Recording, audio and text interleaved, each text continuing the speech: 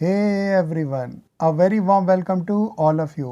दोस्तों आज के वीडियो से आप सीखेंगे कुछ इंग्लिश वर्ड्स जो आप सबको ठीक ठाक इंग्लिश बोलने एवं लिखने के लिए आने ही चाहिए। आप इन वर्ड्स के साथ कम से कम एक एग्जाम्पल सेंटेंस उनकी सही हिंदी के साथ सीखेंगे। आइए वीडियो शुरू करते हैं और ये रहा आज का पहला वर्ड, टसल। टसल ये एक नाउन है। इसका अर्थ होता है खींचतान या फिर संघर्ष। He quit the party after a bitter party tussle. कड़े पार्टी संघर्ष के बाद उसने पार्टी छोड़ दी। क्विट करना यानी छोड़ना। क्विट की तीनों वर्ब फॉर्म्स सेम होती हैं। अनर्थ, अनअर्थ ये एक वर्ब है। इसका अर्थ होता है उजागर करना या खोज निकालना या फिर प्रकाश में लाना। अ स्कैम वॉज अनअर्थड, एक घोटाले का पता लगाया गया।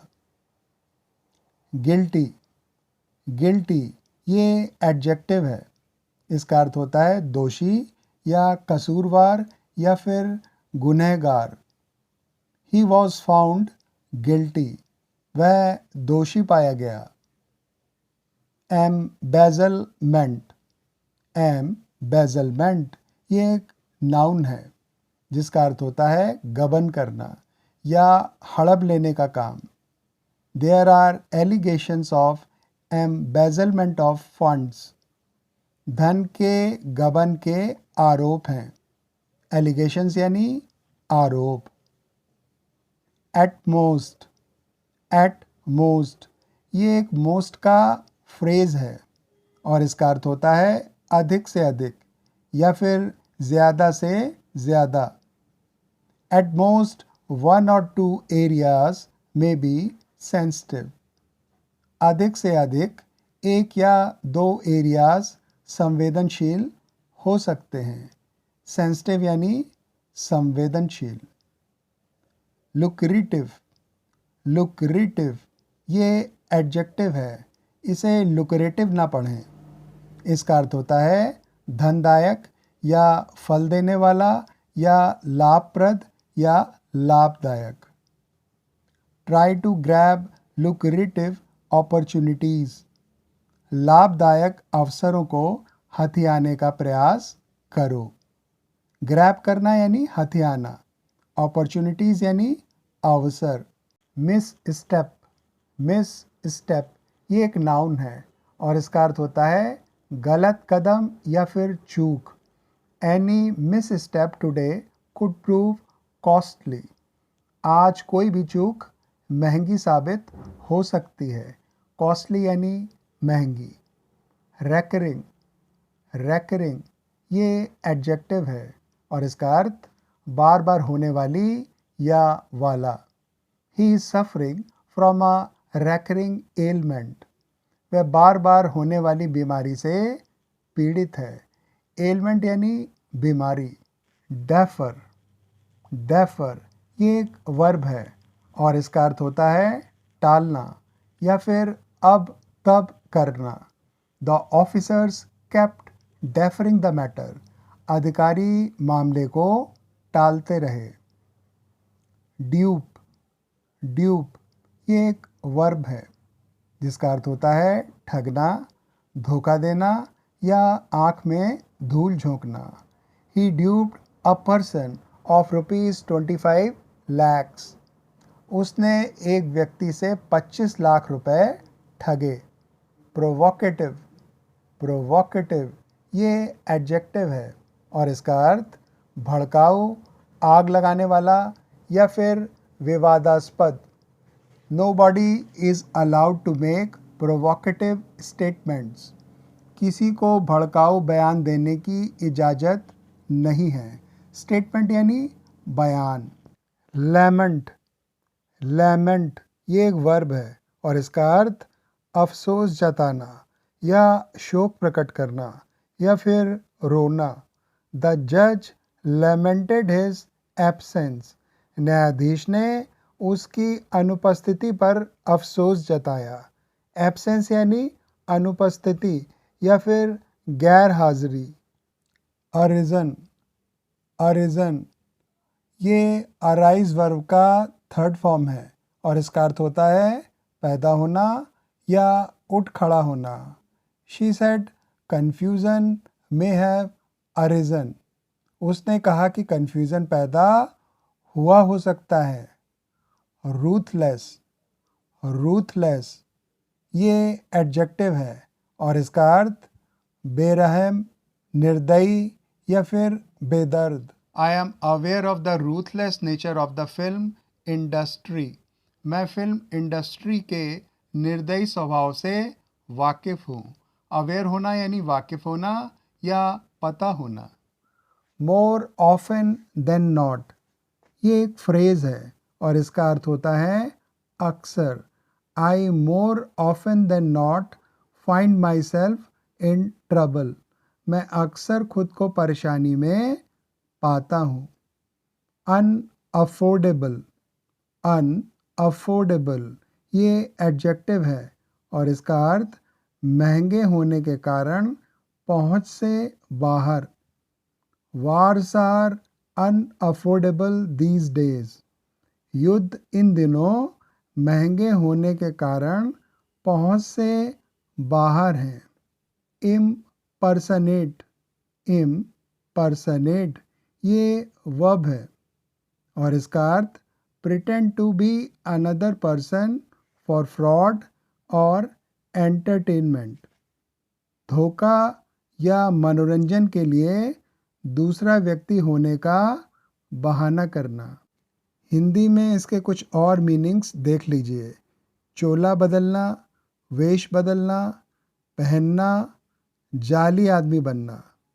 The police arrested a man for impersonating a raw officer. Police ने एक रॉ अधिकारी का चोला पहनने के आरोप में एक व्यक्ति को गिरफ्तार किया। याद रहे impersonate के बाद प्रपोजिशन फॉर का यूज़ नहीं होता है।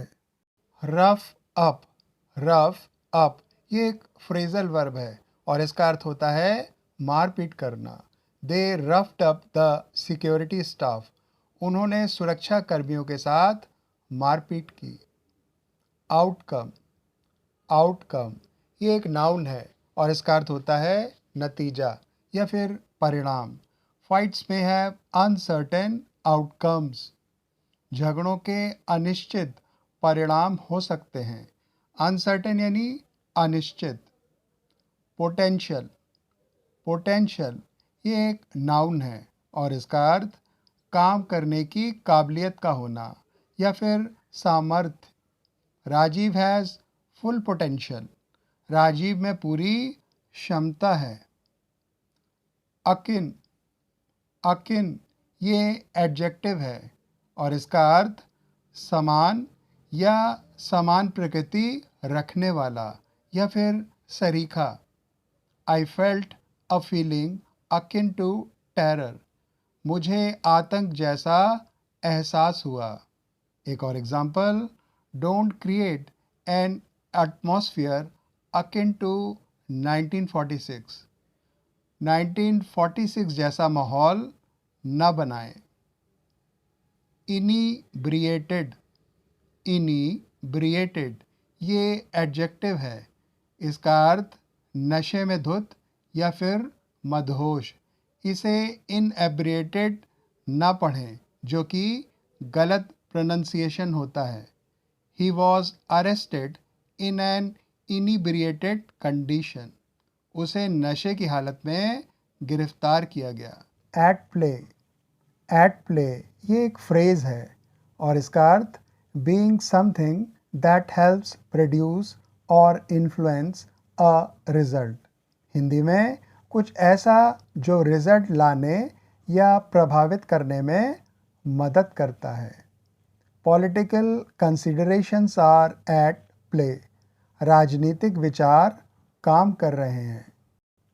इन the wake of, in the wake of ये एक बहुत कॉमन फ्रेज़ है और इसका अर्थ किसी बात के होने पर या फिर के मद्देनज़र या के परिणाम स्वरूप। In the wake of poor results, he was asked to resign. खराब नतीजों के मद्देनज़र यानी उनको देखते हुए उसे इस्तीफ़ा देने के लिए कहा गया। रिज़ाइन करना यानी इस्तीफ़ा देना। एननिमिटी, एननिमिटी ये एक नाउन है और इसका अर्थ नाम का न देना या फिर नाम को गुप्त रखना। He pleaded anonymity before talking to the press. उसने प्रेस से बात करने से पहले नाम को गुप्त रखने की गुहार लगाई। प्लीड करना यानी गुहार लगाना। अवर्स, अवर्स ये एक एडजेक्टिव है और इसका अर्थ करने को तैयार नहीं या फिर अनिच्छुक। He is not averse to the idea of working for a TV project. वह एक टीवी प्रोजेक्ट के लिए काम करने के आइडिया के खिलाफ नहीं है, यानी यदि मौका मिलेगा तो वह काम करेगा। बिहोव, बिहोव ये एक वर्ब है और इसका अर्थ सही बैठना या हिसाब से होना या फिर उपयुक्त होना। The language used by the chief minister does not behove his stature. मुख्यमंत्री द्वारा इस्तेमाल की जाने वाली भाषा उनके कद के हिसाब से नहीं है। स्टेचर यानी कद या फिर रुतबा। That's all I could pack in this video. आशा है कि आपको वीडियो पसंद आया होगा और कुछ इंग्लिश वर्ड्स आपको डेफिनेटली क्लियर हो गए होंगे। आज के लिए बस इतना ही। जल्दी आपसे एक नए वीडियो में मुलाकात होगी। तब तक के लिए टेक केयर। Bye friends.